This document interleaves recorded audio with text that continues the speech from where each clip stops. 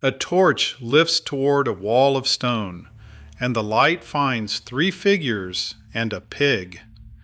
They are small, red-brown, painted by a hand that has been dust for 50,000 years. Look at them a moment longer. The pig is real. You could hunt it, eat it, name its species. But one of the hunters is not shaped like a person. It has something wrong with its head, something animal, something that never walked the earth on legs like ours. It never was. And that is the whole point. Because the day a human first painted a thing that does not exist is the day imagination switched on inside our skulls. This is not the oldest drawing. It is the oldest story. And someone had to be the first to tell it. Long before there was writing, there was a voice in the dark. On a green island in a warm sea, a group of people gather every night around the same flames. And every night, one of them speaks. He is the oldest hunter left, and his body has failed him, but his voice has not.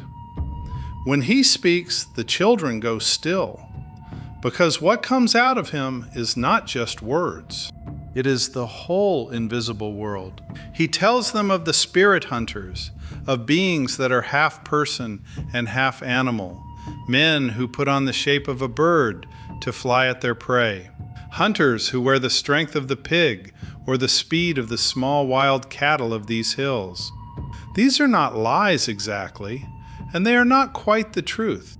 They are something new that human beings have only just learned to make, a story, a thing that never happened, told to explain the things that do.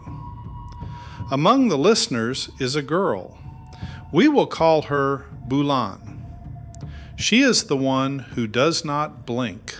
She is the one who, when the tale is over and the others sleep, lies awake, holding the shapes of the spirit hunters behind her eyes, terrified that if she loosens her grip even a little, they will slip away. Because she has begun to understand something the others have not. The old hunter is the only place these beings live. There is no other copy. When his voice stops, and she can hear that it is getting thinner, that it catches now, that he tires before the tale is done, the spirit hunters stop with him.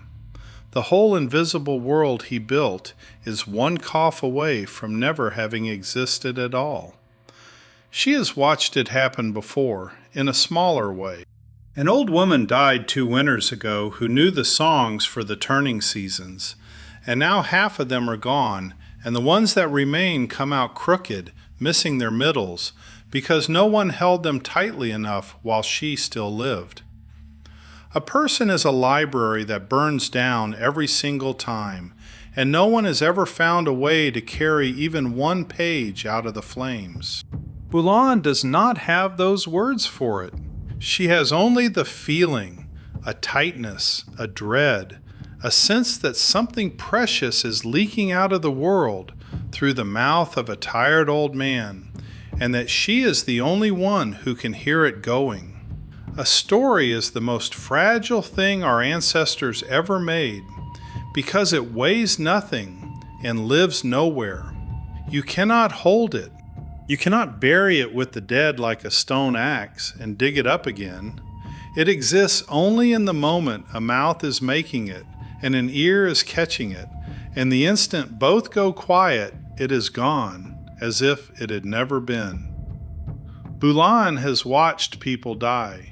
She knows what death takes. It takes the hands that nap the blades, but the blades remain, and someone else picks them up. It takes the body, but the body can be laid in the earth and remembered by the place.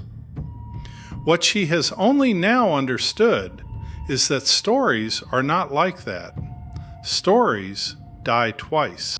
First the teller dies, and then, a little later, when the last person who heard him also dies, the story dies its second and final death, and there is nothing left in all the world to say it was ever here. She looks at the old hunter across the fire, and she does the arithmetic no child should have to do.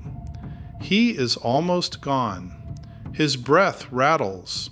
His tails come slower and stop sooner. And she looks at the others, the ones who nod and smile and go to sleep, and she realizes with a cold certainty that none of them are afraid the way she is afraid. They think the stories will simply always be there, the way the sea is always there. Bulan knows better. The stories will be there exactly as long as a living voice keeps saying them, and not one breath longer.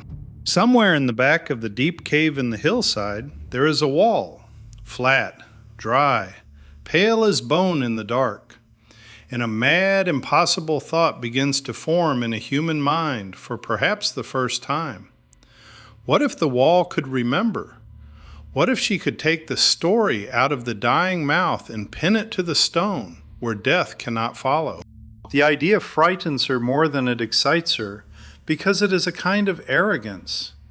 Who is she, a girl, not even a teller, to think she could catch a story the way you catch a fish and hold it still on a wall? The stories belong to the old man. They live in his voice, in the pauses he chooses, in the way his hands move when the spirit hunter takes flight. Can a picture even hold a story? Or will it only hold a shadow of one, a single, frozen moment where a living tale used to move? She does not know. No one knows, because no one in the history of the world has ever tried. She is about to find out with her own two hands. No one has ever done what Bulan is about to try, so there is no one to tell her how. She grinds ochre, the soft red-brown stone that gives up its color when it is wet, into a powder, and mixes it with spit and water into a paint that will outlast every person she has ever loved by 50,000 years, though she cannot know that. She carries a burning brand into the throat of the cave, deeper than anyone goes for shelter, back to where the walls are clean and the dark is total. The flame throws her own shadow huge across the stone, and for a moment she flinches, because a shadow is almost the thing she is trying to make. A person and not a person, a shape thrown onto a wall. She lifts her hand to the highest reach she can manage, and she begins. First the pig, because the pig is easy. She has seen 1,000 of them. The stocky, Sulawesi, warty pig with its coarse hide, rooting in the hills at dawn. Real prey. She knows exactly what it looks like.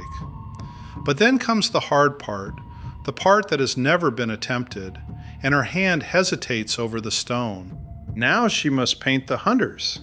And the hunters in the old man's tale are not shaped like the people she can see. One of them wears the head of a beast. One of them has a tail where no person has a tail. To paint them, she cannot copy anything her eyes have ever met in the waking world. She has to paint what she can only imagine, to take a shape that exists solely inside her own skull and force it out onto solid rock, so that another person, a stranger, could look at the stone and see the thing she is seeing behind her eyes. That is the leap, not making a mark, making a mind visible. She begins with a single dot of red, and her heart pounds as if she were doing something forbidden. In a sense, she is.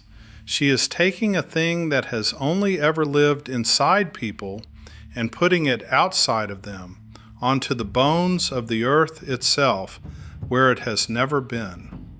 The line follows her finger, and where it passes, the wall is changed forever. She works slowly, because there is no fixing a wrong stroke, no starting over. The stone keeps everything, the mistakes as faithfully as the triumphs. Every mark is a decision that will outlive her, though she cannot know by how staggeringly much. She is painting for an audience she will never meet, in a language she is inventing as she goes. When the others see what Bulan has done, the cave fills with an argument older than any that survives in words. The pig they understand. The pig is true. Anyone can check it against the hills. But the hunter with the animal head troubles them, and some of them are angry. There is no such creature, they say. No one has ever hunted with a bird's head. No one has ever grown a tail. To paint this thing on the wall of the world is to make a mark that lies, to say with the permanence of stone that a thing exists when it does not. It is a real fear, and it is a real question, and it sits at the exact hinge of what makes us human. Because Bulan is not lying. She is doing the opposite of lying. The spirit hunter is real, not in the hills, but in the story. And the story is a real thing that lives inside the old man, and now, she hopes, inside this rock. She is not claiming you could hunt this creature. She is claiming that people, together, imagined it, and that the imagining is worth keeping. This is the invention of fiction. The understanding that a thing can be false and true at once, false to the eye and true to the heart, and that this second kind of truth is worth carrying down the generations, worth grinding stone into paint for, worth crawling into the dark for. The neighbors on this same island will leave, in another cave not far away, an even clearer version of the same daring. Hunters plainly part human and part animal, tails and beaked heads, chasing wild pigs and dwarf buffalo across the stone. Deliberate hybrids, beings imagined, never observed. The proof, in red pigment, that by this moment the human mind could hold a thing that had never existed and choose to make it last. Bulan does not win the argument with words. She wins it by finishing the painting. And notice what the argument really is, underneath. It is the first time human beings have ever had to decide what a picture is allowed to be. Is a mark on a wall only a record of what the eye has seen? A tally of real pigs, real deer, real hunts? Or can it be something more dangerous and more powerful? A window into what the mind can dream. Every story ever told since, every myth and painting and song and film lives or dies on the answer Bulan's people are groping toward in the dark of this cave. They are deciding, without knowing it, that imagination is allowed to be made real. That a lie you all agree to call a story is one of the truest things a person can leave behind. When the panel is done, they carry the old hunter into the cave to see it, because he is too weak now to walk the passage himself. His voice has nearly left him. The tales that filled every night have shrunk to a whisper, and then to almost nothing. And everyone around the fire has felt the invisible world thinning as his breath thins. They set him down before the wall.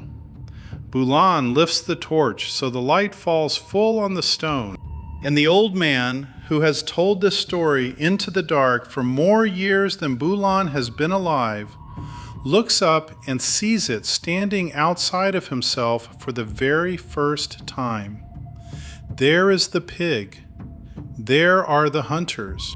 And there, with the head of a beast, with the shape he has carried in his own skull his whole life and given away every night with his voice, there is the spirit hunter, on the wall, in the world, where his failing body can no longer reach, but where it no longer needs to.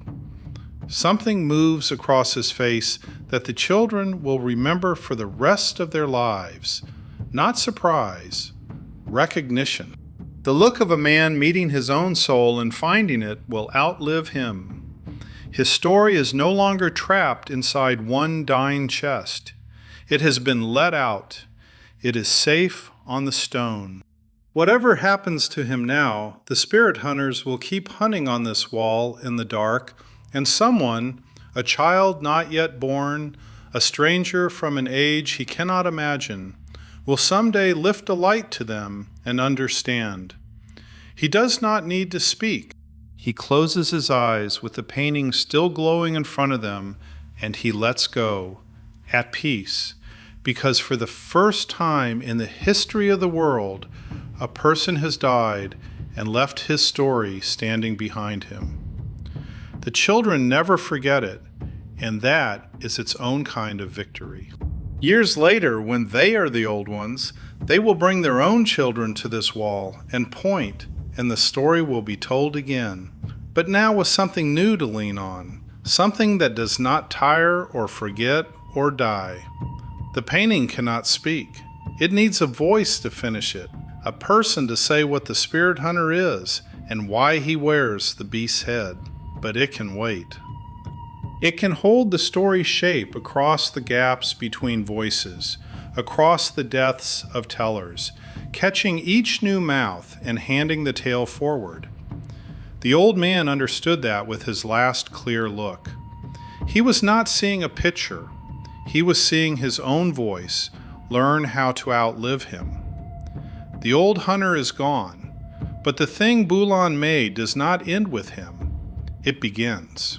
In the seasons after his death, something changes in the band, quietly, the way the biggest changes always come.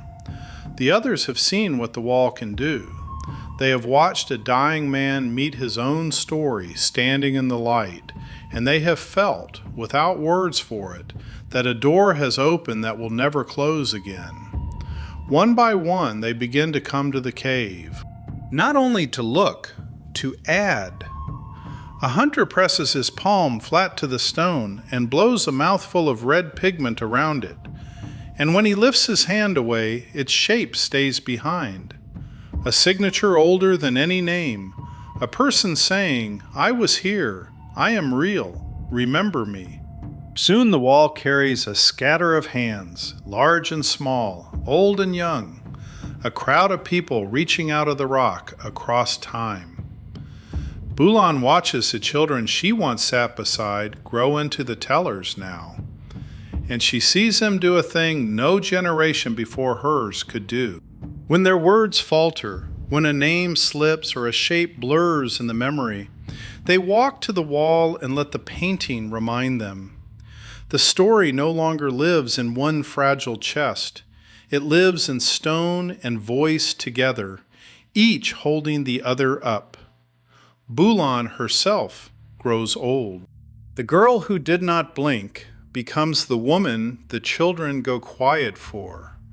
And the tightness she carried all her life, the dread of things leaking out of the world, has eased because she has done something about it with her own two hands.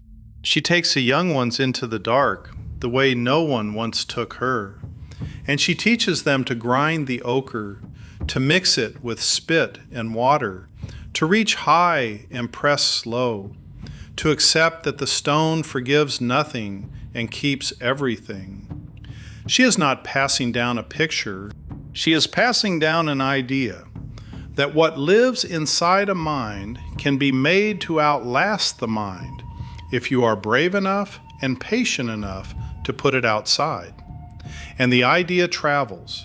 On this same island, in cave after cave through the Maros Hills, the animal-headed hunters and the reaching hands multiply across the generations, a whole people learning to leave themselves on the walls of the world.